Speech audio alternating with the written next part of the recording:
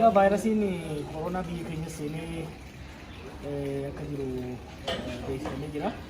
Karaan vaayirasiin kun itti darbu tuttuqaadha.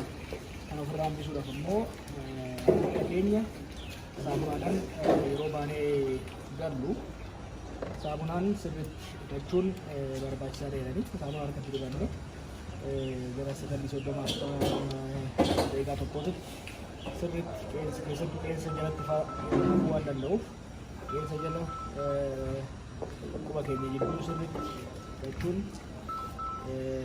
vaayirasichi yoo akka tasaa yeroo deemnu yoo baanee gallu harka keenya yookaan tuqu taate gara afaan keenya keenya tuqanne yeroo tokko akka rakkoon akka nutti hin dabarre akkasumas immoo namoota akka waggaa fuudhuu daa'imman keenya waggaa tokko rakkoon vaayirasichi akka hin dabarreef gargaara waan jedhameef kanuma uummata keenya jajjabeessuudhaaf kan nu jirra. Kanaaf uummanni keenya yeroo baatanii galtan yeroo geejjibaa keessanii deebitan amma danda'anitti kan keessa sirriitti saamunaa argachuudhaan ofiis maatii keessanis ollaas firootas warra wajjin hojjettanis akka baraatanii fi daddarbiin kubbaa kanas biyya keenya keessa akka hin bal'anneef waan gargaaruuf kan akka yaaltanii isin barbaada. Galatoomaa uummata keenya biyya keenyas waan kana irratti haa baraaru.